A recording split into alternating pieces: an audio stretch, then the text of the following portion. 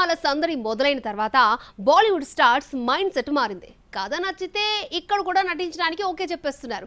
ఇప్పటికే ఈ రూట్లో సైఫ్, సంజయ్ దూకుడు పెంచితే తాజాగా జాక్ పాట్ కొట్టాడు అభిషేక్ బచ్చన్.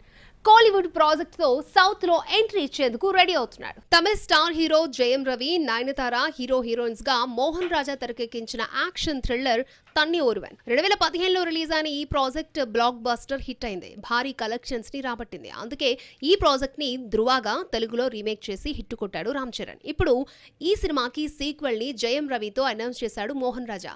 ఇప్పటికే కథ రెడీ అయింది. 30% షూటింగ్ కూడా పూర్తయింది. కానీ విలన్ ఎవరు అనేది ఫైనల్ కాలేదు. మొదటి భాగంలో అరవింద్ స్వామి విలన్ గా నటించాడు. అయితే ఆ పాత్ర చివర్లో చనిపోవడంతో ఇప్పుడు కొనసాగింపులోకి తీసుకోవడం సాధ్యపడదు. అందుకే మోహన్ రాజా కొత్త విలన్ కోసం సెర్చ్ చేసి బిగ్ బి వారసుడు అభిషేక్ బచ్చన్ ని ఫైనల్ చేసినట్టు తెలుస్తోంది. ఇటీవలే చెన్నైలో అభిషేక్ బచ్చన్ పై ఫోటో షూట్ చేశాడు మోహన్ రాజా. లుక్ అనుకున్న విధంగా రావడంతో విలన్ గా ఫైనల్ చేశాడు.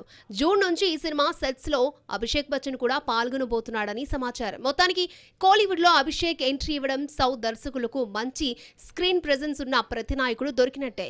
ఈ సినిమా హిట్ అయ్యి అభిషేక్ బచ్చన్ పాత్ర క్లిక్ అయితే వరుస ఆఫర్లు క్యూ కట్టే ఛాన్స్ ఉంది. హీరోలకే కాదు, హిందీలో సినిమాలు చెయ్యాలి అనే తాపత్రయం దర్శకులకు ఉంటుంది. కానీ ఆ టైం వచ్చే వరకు వెయిట్ చేయాలి.